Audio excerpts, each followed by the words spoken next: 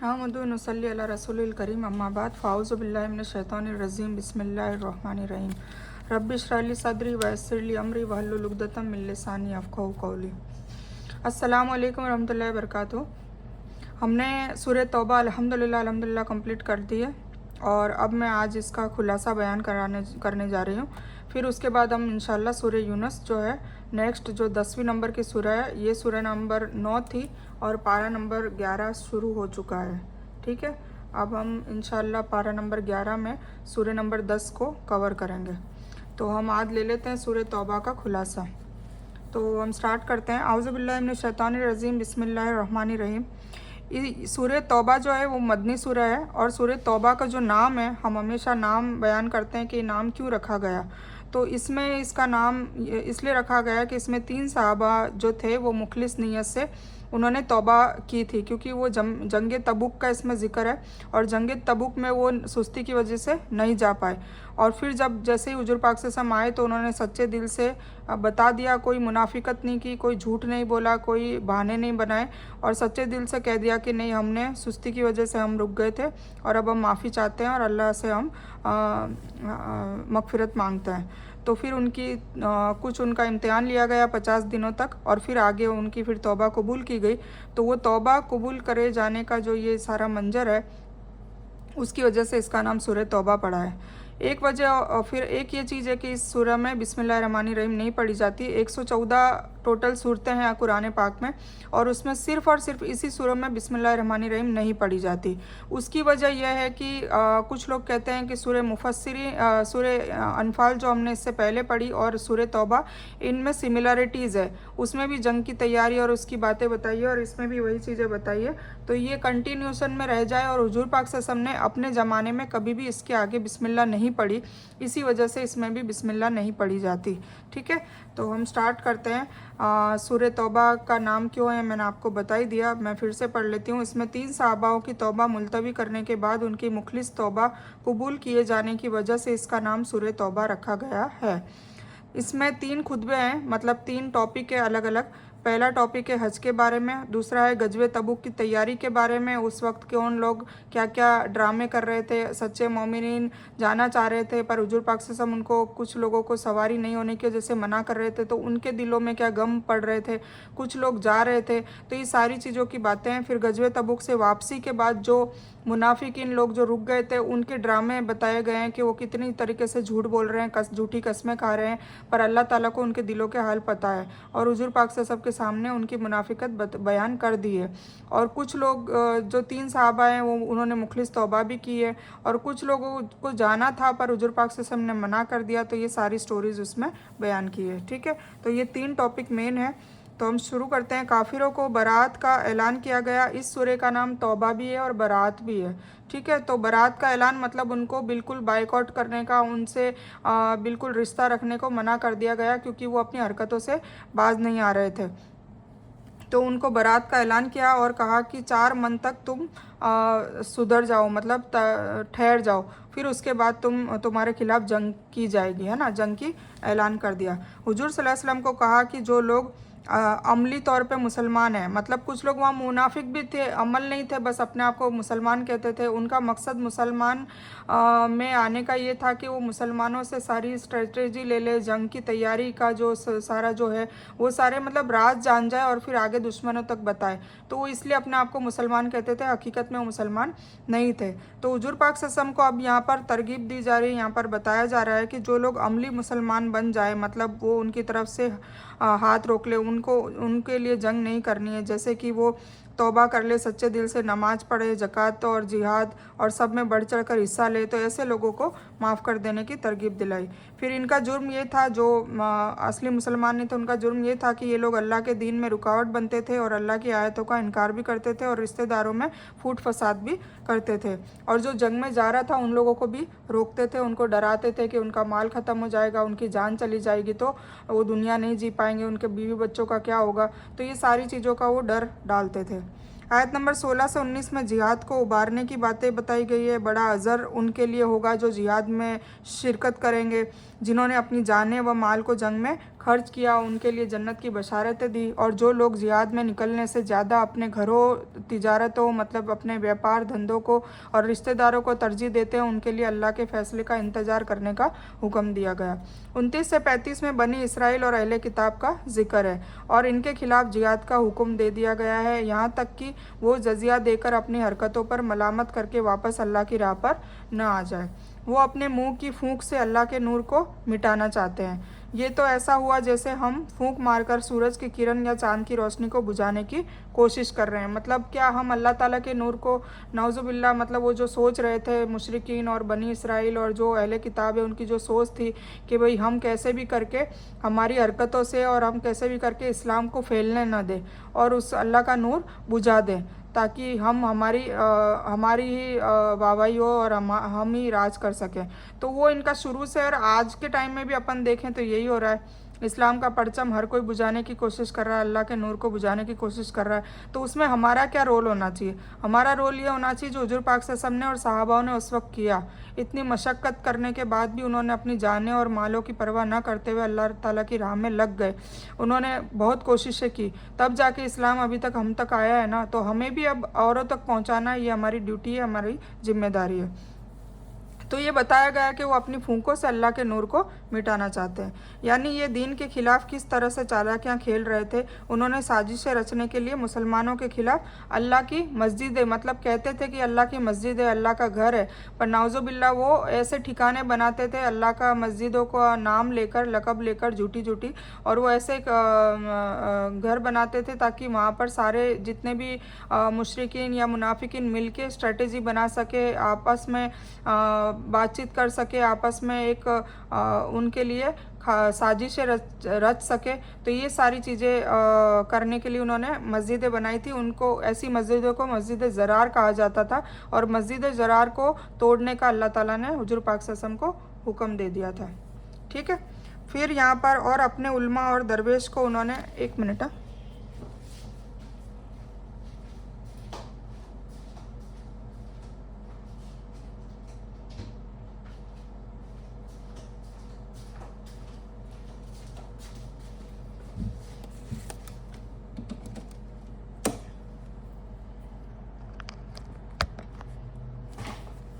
और उनके उल्मा और दरवेश जो थे, उनके जो लीडर थे, उनको नाउजुबिल्ला वो उन्होंने अपना रब बना रखा था। और जिन्हें खुद दीन पता नहीं था, हलाल हराम की तमीज़ नहीं थी, और वो उनसे उनके गलत दीन पर चलते थे, उनको फॉलो करते थे। इस तरह वो अल्लाह के नूर को मिटाना चाहते थे, पर अल्लाह अपने नूर को दुनिया के हर कोने में पहुंचा कर रहेगा, चाहे इन्हें कितना भी नागवारा हो। और हर इंसान को बताया कि जो अल्लाह और अल्लाह के रसूल सल्लल्लाहु अलैहि वसल्लम की पैरवी करने पर जोर दिया गया और कहा कि हमने हमारी किताब कुरान पाक लेकर हमारे रसूल सल्लल्लाहु अलैहि वसल्लम को दुनिया में भेज दिया है ताकि दीन इस्लाम का परचम फैलाए, चाहे काफिरों को कितना ही नागवार हो। आज भी यही हो रहा है कि चारों तरफ ये कोशिश की जा रही है कि अल्लाह के नूर को फैलाने से रोका जाए, और हमें भी हर तरह की कोशिश करनी है और अल्लाह के नूर को, अल्लाह के अहकाम को कुरान के ज़रिए हर चप्पे चप्पे में फैलाना है। यही हमारी सबसे पहली जिम्मेदारी है। अल्लाह ताला हमें इस चीज़ की तौफीक, हिकमत और हिदायत दे।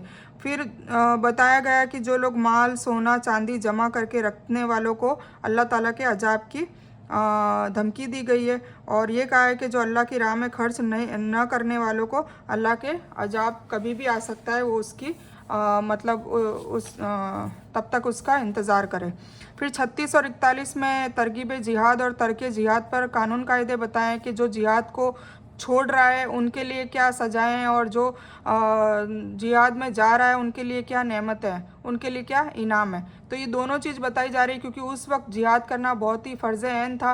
तो इसलिए बताया जा रहा है कि भाई अगर तुम जिहाद में जाते हो तो तुम्हारी दुनिया और आखिरत बेहतरीन हो जाएगी, और जिहाद को छोड़ते हो तुम बिना वजह, ना तुम कमज़ोर हो, क्योंकि अल्लाह ने कमज़ोरों को और जो बीमार है उन लोगों को और बूढ़ों को, उन लोगों को मना कर रखा था। ठीक है, तो उनके अलावा जो तंदुरुस्त भी है, माल भी है, सब कुछ है, तो भी उसके अलावा भी वो नहीं जा रहे, क्योंकि वो अपने औरतों को अपने घरों को और अपने बच्चों, रिश्तेदारों को और अपने माल वगैरह को तरजीह ज़्यादा देते थे जिहाद से। ठीक है, तो उनके लिए अजाब की बातें बताइए। फिर अल्लाह ने कहा, तुम ना उठोगे तो तुम्हारी जगह मैं और किसी कौम को ले आऊँगा जो तुम्हारी तरह के नहीं होंगे, ना सुस्ती करेंगे ना लालच करेंगे। तो ये अल्लाह ताला ने कहा कि मैं चाहे तुम्हें कितना ही नागवारा हो, तुम्हारी जगह किसी कौम को ले आऊँगा।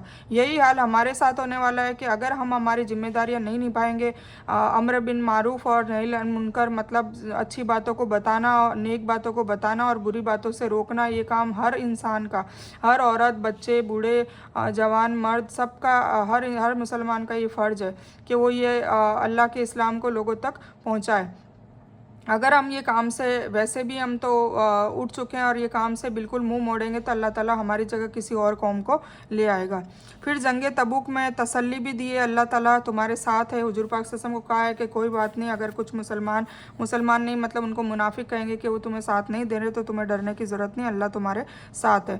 फिर मुनाफिकों का किरदार बताया, उनका नेचर बताया कि ये लोग कैसे होते हैं। ये जिहाद में न जाने के बहाने ढूंढते हैं और लोगों को भी रोकने की कोशिश करते हैं, और जब मुसलमानों का भला हो जाता है, मतलब कोई अच्छी चीज़ होती है, तो मन ही मन में दुखी होते हैं, और उनका कोई बुरा हो जाता है तो दिल में बहुत खुश होते हैं और बाहर से ड्रामे करते हैं। पर अल्लाह ताला ने रसूल सल्लल्लाहु अलैहि वसल्लम को इनकी हरकतें खोल कर इनकी इन चालों को नाकाम कर दिया है। ठीक है, फिर ज़कात की बात बताइए कि 8 लोगों को, जैसे फ़कीर है, मिस्कीन है, कर्जदारों की मदद, सरकारी मुलाजिम जो फी सबीलिल्लाह का काम देखते हैं, उन लोगों का, मुसाफिरों के लिए, गुलामों को आज़ाद करने के लिए, सबके लिए ज़कात दे सकते हैं। तो ऐसा 8 लोगों को ज़कात दी जा सकती है और हमें ज़कात देने पर जोर दिया गया है। फिर मोमिन को खुशखबरी दी है कि जिन्होंने तबूक में जान माल खर्च किया उनके लिए खुशखबरी है। फिर अल्लाह ने कहा कि वो मुनाफिक को कभी माफ़ नहीं करेगा, चाहे उनके लिए 70 मरतबा भी माफ़ी मांग ली जाए। हुजूर पाक से हमको बताया जा रहा है कि ए नबी, चाहे तुम 70 मरतबा भी माफ़ी मांग ले। और 70 मरतबा का मैंने आपको मीनिंग बताया था कि 70 का मतलब ये नहीं होता है कि 70 पर। अरबी में एक मुहावरा है, 70 का मतलब होता है बहुत कसरत से। ठीक है, तो मतलब कहने का मतलब है कितनी मरतबा तुम माफ़ी मांग लो, मैं उन्हें अब माफ़ नहीं करूँगा। तो अल्लाह की नाराज़गी का मुनाफिकों के लिए बयान आया है। और रसूल सल्लल्लाहु अलैहि वसल्लम को उनकी जनाजा नमाज पढ़ने पर भी रोक लगा दी गई है कि अगर आप ये मर जाएं तो इनके लिए जनाजा नमाज भी आप नहीं पढ़ेंगे। मोमिन की सिफ़ात बताइए। मोमिन हर हाल में अल्लाह के दीन पर चलते हैं और अपना टाइम, माल, जान, हर चीज़ अल्लाह के रास्ते में कुर्बान करने पर तैयार रहते हैं। तो जैसे मुनाफिकिन की सिफ़त बताई, वैसे ही मोमिन की भी सिफ़त बताई है। तो अब हमें इस सूरह में से हमें अपने आप को टटोलना है कि हम किन लोगों में आ रहे हैं। नाउज़ुबिल्लाह मुनाफिक में तो नहीं आ रहे, या हम अल्हम्दुलिल्लाह मोमिन में आ रहे हैं। तो ये हमें खुद चेक करना है, क्योंकि अल्लाह ताला ने खोल कर इसमें बातें बता दी गई है। ठीक है, अब हमें इस सूरत में करना क्या है, हमें इससे सीख क्या लेनी है, हमारे दुनिया में हमें कैसे चलना है, तो उसकी मैंने 9 पॉइंट लिखे हैं। एक तो ये कि हमें हकीकी मोमिन बनना है, मतलब हकीकत वाला मोमिन बनना है, सिर्फ नाम का मोमिन नहीं। ठीक है, अल्लाह और रसूल सल्लल्लाहु अलैहि वसल्लम की खयानत नहीं करनी है, मतलब उनके नक्शे कदम पर चलना है, जो उन्होंने हुक्म बताया उस हिसाब से उनको फॉलो करना है। अम्र बिल मारूफ और नही अनिल मुनकर करना है, मतलब दावत का काम करना है, नेकी का काम करते रहना है और बुराई से लोगों को रोकते रहना है। फिर कसरत से अल्लाह का जिक्र करते रहना है। फिर बाहमी ताल्लुकात को बेहतर रखना है, मतलब हर किसी से ताल्लुकात हमें अच्छे रखने हैं। फिर घमंड और रियाकारी से बचना है, दिखावे से बचना है, घमंड नहीं करना है, इन सब चीज़ों से बचना है। अल्लाह के दीन को फैलाने के लिए निकलना है, सुस्ती नहीं करनी है। जो भी टैलेंट, जो भी हमें अल्लाह ताला ने कुव्वत दी है, जैसी हमें तालीम दी है, जो भी हमें आता हो, जिस तरह का आता हो वो, और जान और माल और टाइम और हर टाइप से जितना हमें अल्लाह ताला ने दे रखा है उस हिसाब से हमें अल्लाह के राह में खर्च करना है। फिर ज़कात की अदायगी पाबंदी से करनी है, उस पर जोर दिया गया है, और किन किन लोगों को देनी है वो भी डिटेल वाइज बता दिया गया है, ताकि आप लोग कंफ्यूज ना हो। फिर मुनाफिकों की सिफ़ात जानकर उनसे दूर रहने को कहा गया है। ठीक है, उनके लिए माफ़ी मांगने के लिए भी मना किया गया है, उनके लिए जनाजा नमाज भी पढ़ने के लिए मना किया गया है। ठीक है, तो ये सारी चीज़ें हमें भी फॉलो करनी है, इस सूरत से हमें भी अपने अमल में लानी है। तो मैं पॉइंट वाइज हर सूरत में इसीलिए लिखती हूँ अलग से हटके, ताकि आप लोग इसका स्क्रीनशॉट निकाल लें और जो जो चीज़ें आप नहीं कर रहे हैं उसको फॉलो करने लग जाए, जो कर रहे हैं उसको अल्हम्दुलिल्लाह और तरीके से, बेहतर तरीके से करने लग जाएँ और उसको अपने अमल में बढ़ाने लग जाए। फिर पीछे रह जाने वालों की के लिए उजरत बताइए, मतलब अल्लाह की माफ़ी बताइए, जो दिल से जाना चाहते थे और अल्लाह के नबी ने उनको किसी वजह से, सवारी न होने की वजह से या कोई और चीज़ मुहैया न कराने की वजह से उन्हें मना कर दिया गया, तो उनके लिए बात बताई। फिर मस्जिद ज़रार की तस्करा करा। मस्जिद ज़रार मैंने अभी बताया कि जंग के वक्त मुनाफिकीन लोग अल्लाह का नाम लेकर के ये अल्लाह की घर है, अल्लाह की मस्जिद है, मतलब इबादत के लिए, नमाज के लिए बनाई गई है, पर हकीकत में वो चाले और साजिशें रचने के लिए, इकट्ठा होने के लिए बनाई जाती थी। तो ऐसी मस्जिद ज़रार को अल्लाह ताला ने कहा कि मैं वही के रूप में अल्लाह ताला हुजूर पाक से हमको बता दिया करते थे और उसको गिराने का हुक्म दिया था। तो ये इस सूरा में भी एक मस्जिद का नाम बताया जो जंग तबूक के वक्त बनाई गई थी, तो उसको भी गिराने का हुक्म दिया था और हुजूर पाक सल्लल्लाहु अलैहि वसल्लम ने उसको गिरा भी दिया था। फिर मुशरिकीन रिश्तेदारों के लिए माफ़ी मांगने के लिए भी मनाही का हुक्म आ गया था। फिर 3 सहाबा किराम की इसमें असल जो इसका नाम जो पड़ा है वो मेन स्टोरी यही है कि 3 सहाबा थे जिनकी तौबा की बात इसमें आई गई थी। वो 3 मुखलिस सहाबा का नाम है काब बिन मलिक रज़ियल्लाहु ताला अन्हो, मुरारा बिन रबी रज़ियल्लाहु ताला अन्हो और खिलाल बिन उमैया रज़ियल्लाहु ताला अन्हो, जो सुस्ती की वजह से पीछे रह गए थे और उन्होंने नबी सल्लल्लाहु अलैहि वसल्लम से सच आकर बता दिया। फिर वो 50 दिन तक उनका मामला मुलतवी रखा। उनको कहा गया कि भाई अल्लाह ताला आपका अभी जो भी तुम्हारा जो रिज़ल्ट है वो अल्लाह ताला बताएगा, तब मैं तुम्हें बताऊंगा, तो अभी मुलतवी है। तो वो बहुत ज़्यादा फ़िक्रमंद हो गए कि हमारा क्या होगा। फिर 50 दिन तक उनको बाइकआउट किया गया पूरी सोसाइटी से और सोसाइटी ने भी 100% उसको निभाया। ऐसा नहीं कि चोरी छुप के बातें करने लग गए, पूरी समाज ने, पूरे मुसलमानों ने बाइकआउट कर दिया। उनका ये इम्तिहान था अल्लाह ताला की तरफ से कि बिल्कुल उनसे बातचीत नहीं करनी है। और फिर आखिरी 40 दिन तक तो ये रहा और आखिरी 10 दिनों में तो बीवियों को भी मना कर दिया गया और उन्होंने भी बरकरार इसका हुक्म अल्लाह ताला का निभाया। तो अल्लाह ताला सभी का इम्तिहान ले रहा था इस आजमाइश से, इस तरीके से, ठीक है। फिर उनकी माफ़ी की गई 50 दिन के बाद। तो अल्लाह ताला हमें भी इस बात को समझा रहे हैं कि अगर हम भी नेक राह पर चलते चलते अगर कहीं फिसल जाएं, कहीं इब्लिस के वसवसे में आ जाए, कहीं कोई भटक जाए, तो हम भी तौबा करेंगे सच्चे दिल से और वापस आने की रुजू करेंगे, तो अल्लाह ताला की रहमत से हमें मायूस नहीं होना है, ये अल्लाह ताला कह रहा है, ठीक है ना। फिर सोसाइटी ने बाइकआउट किया और लोगों ने बरगलाया, तब भी ये सहाबाओं ने अपने ईमान को पकड़े रखा। हमें भी ऐसे ही रहना है, ठीक है। और अल्लाह ताला उनसे राज़ी हो गया। आज भी वो पिलर पर उनके नाम है क्योंकि ये उन पिलर पर चिमट गए थे और अपने आप को वहाँ बांध लिया था, ठीक है। तो वो मदीना में आज भी वो पिलर पे इन तीनों सहाबाओं के नाम है। फिर अल्लाह की राह में माल, भूख, लंबा सफ़र करना, मतलब जंग में जाना, तपती रेत में पैदल पैदल चलना, सफ़र करना, अपने जानों को उसमें डालना, जानों को गंवाना, कुछ लोग शहीद भी होते हैं, सब की अल्लाह ने खबर रखी हुई है। मतलब अल्लाह ताला तसल्ली दे रहा है कि जो जंग में जा रहे हैं तो उनका जो अज़र है वो जाया नहीं जाएगा, उनको अल्लाह ताला खूबी नेमतों से नवाजेगा और जन्नतों में बेहतरीन इनाम की उनकी खुशखबरी दी है, ठीक है। तो ये थी सूरह तौबा और हमें इससे क्या सीख लेनी है कि हमें मुनाफिकों की हरकतें समझकर और मुनाफिकों से दूर रहना है। आज भी दुनिया में क़यामत तक रहेंगे, आज भी दुनिया में मुनाफिक हैं जो अपने आप को मुसलमान कहते हैं पर अंदर से वो दीन को रोकने की कोशिश करते हैं। तो जहाँ भी आपको ये सिफतें पाओ तो आप उन लोगों से दूर हो जाओ, दूरिया बनाने के लिए कहा है, ताकि आप भी मुनाफिकों में शामिल ना हो, नाउज़ुबिल्लाह। और मोमिनों के साथ रहो, मोमिनों की दोस्ती रखो। तो ये सब अल्लाह ताला देखो हमें सिखा रहा है। ये टीचिंग्स ही तो है जो कुरान से हमें लेनी चाहिए, है ना। फिर हम कहते हैं कि हम कंफ्यूज हैं, हम कहाँ जाएं, किस दीन को माने, किस फ़िरके को माने, किधर जाएं किधर ना जाएं।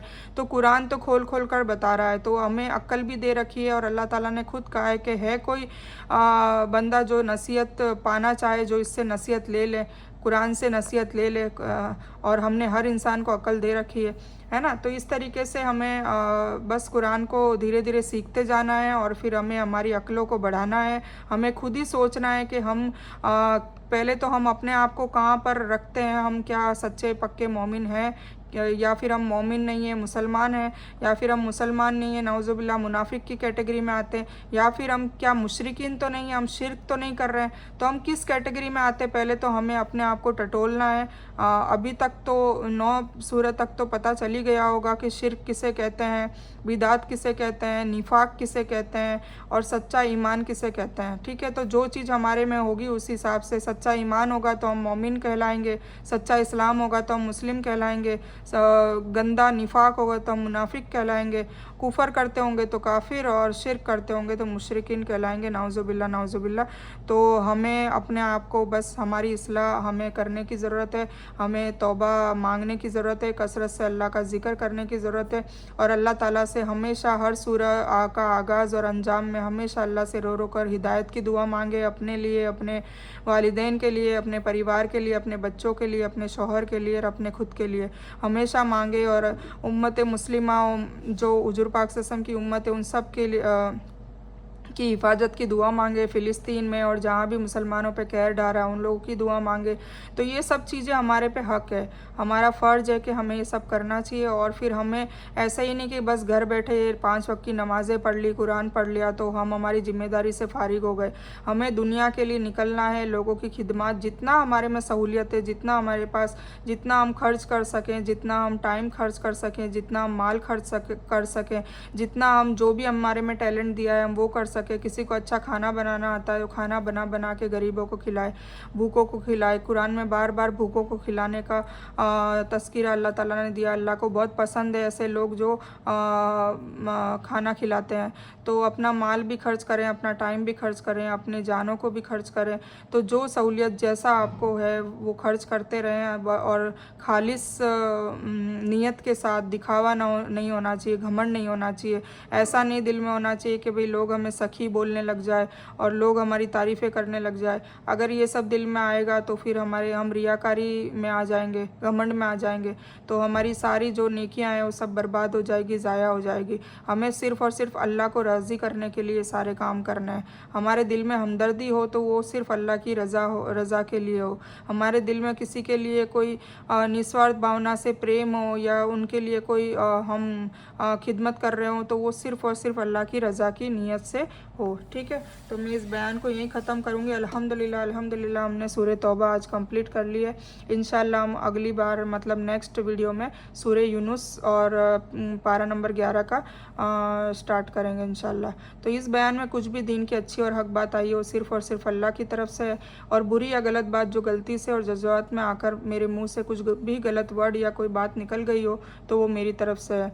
और इस गलती के लिए मैं अल्लाह अज़्ज़ व जल से और आप सभी लोगों से माफ़ी की तलबगार हूँ।